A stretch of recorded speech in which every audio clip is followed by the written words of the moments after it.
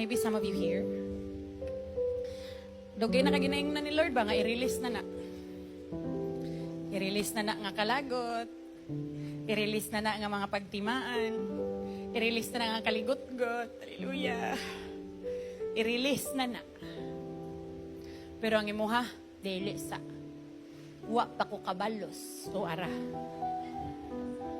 Kung makaginan sa pag-jismil ang bulan, kung magdumot ta, hala, magdumot ang tanan. Pero nako'y kaila nga hantod karon nagdumot pa, nagtagbo na ang tanang ringko sa iyang agtang. Dili gyud na makapauswag sa imuha, makapaut-ut pa. Very simple.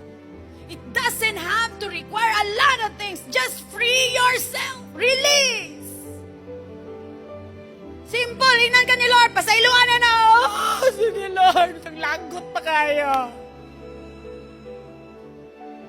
Abanti na. Move forward. Hawa ng lugar. Oh, sige Lord. Nakuha sa kutindahan dali.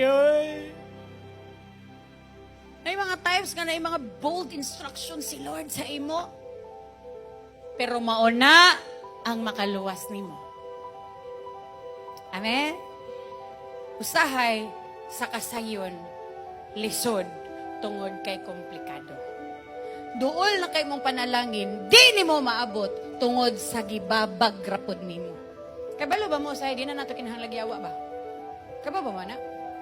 Kung kaya pag natin problema, sangin lang na sa yawa, ikaw yawa ka, mo na yawa, ako na sad, wa pa kaya tigibuhat. Wala ginawa sa imo, di na ko nimo kinahanglan, ikaw pa lang sakto na. Kana nang pagkamaduha-duhaon nimo, kanang imo ang pagkanegatibo, ay di na kinahanglan. Una kung ikaw pa lang daan tanawa ra god, grabe ba?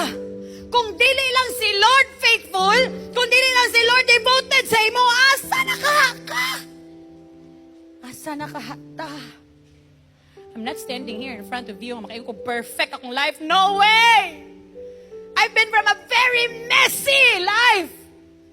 Muna nga, hindi ko kaisog. Kaya nasinati na ko first hand ng grasya ni Lord. Tinuod ang grasya ni Lord. Tungod sa faithfulness ni Lord because God is devoted to me first. Then I had reasons to get back to Him and give my life. You know, God is faithful and He will always be. So the question is, ikaw, kumusta? Kasi plano na to. Are we just gonna suck it all up? The goodness of God, the faithfulness of God. Sige na, tagsuyok ka ni. Or ikaw pod manundog ka kang Lord. Yes. Coming here to church, mamasahe mo gas up, asa kagikan Davao, asa pa ka nagbiyahe din ha? Oh, we can do more. Wala ra na sa sakripisyo samahan nga gipadala niya yang anak gikan sa langit para mamatay aron sa atong kagawasan na pa may makalabawan na. Wala